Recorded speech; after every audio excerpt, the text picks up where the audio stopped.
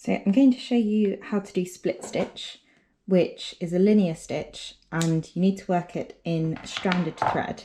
So you always need to work it with an even number of strands. Today I'm going to show you using 2, but you could use 4 or 6.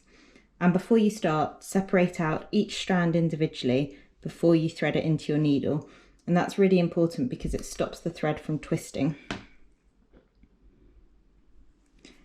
And then, because it's a linear stitch, you want to bring your needle up at the start of where your line is going to be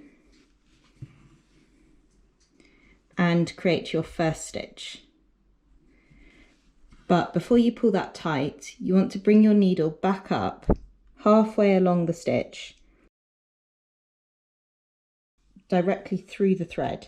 So you will have one strand in this case that sits either side of your thread. And if you're doing this in more strands, you'll want, again, an even number on either side. And then you can pull that stitch tight. Now, when you bring your needle back through, you're going to do exactly the same thing again. But this time, when you bring your needle back up, it's actually going to be at the end of that first stitch that you created. And again, make sure it splits the thread in two.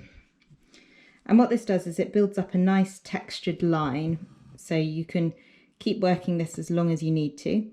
But as you're working it, you may find that your thread starts to get twisted, which makes it difficult for you to bring your needle up and split it evenly.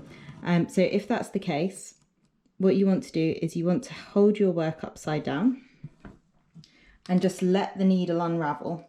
So that will help it untwist. So just do that every so often. And then keep working your way along. And then once you're at the end of your line, don't forget to fasten your thread off to make sure that none of your stitching comes undone. And then that gives you a split stitch.